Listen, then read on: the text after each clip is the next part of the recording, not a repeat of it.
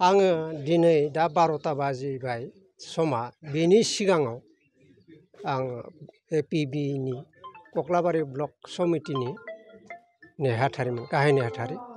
बेनिफ्राय माखासे उसुबिदा नुजानायनि थाखाय उसुबिदाया बेनो जोंनि माबानि गेजेराव एपिबिनि गेजेराव बहुद समस्या दं प्रब्लेम दं। फारसेखै सापर्टारा बिराद खम ना सापर्टार नागिरनायावनो बहुद सम थांगोन दिन थांगोन बोसोर थांगोन।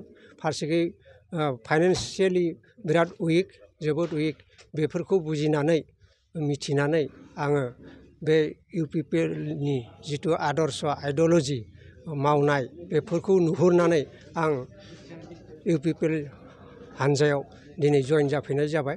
आंथ' गोदोनिफ्रायनो नुबाय दं जा सुक्तिनि उनाव सुक्तियावबो एकर्डआवबो इउपिपिएलनिफ्रायनो दङ। ओमफ्राय बिथांमोना सुक्तिनि जिथु दफा बेखौ मोनफानि उनाव मोनफा मावबोगासिनो दं।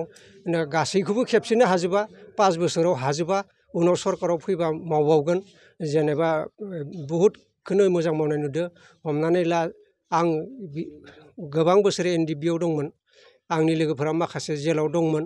बेखौबो कयजनमान फाइनान्सियेलि होन अफिस थाबायनायानो होन कर्ट कासारियाव थाबायनायानो होन इउपिपिएलनिफ्राय हेफाजाब होयै थाखा फैसायानो जा मानसि थांनानै जा माखासे जेलाव थानायखौ बख'नायखौ आं नुनो मोनबाय।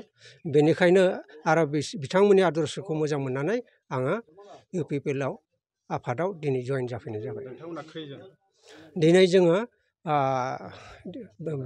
कक्लाबारि ब्लक कमिटि आंथ' हारसिङैनो कक्लाबारि ब्लक कमिटिनि जेनेरेल सेक्रेटारि आंजों लोगोसे दङ भाइस प्रेसिडेन्ट बिथां जारिमिन आरो बिदिनो मेम्बार्सफोर दङ। जों गासै 11 जन दिनै इउपिपिएलआव जइन जाफैबाय। माबायदि हाबा मावलांनो ओंखारबोदों नोंथांमोना?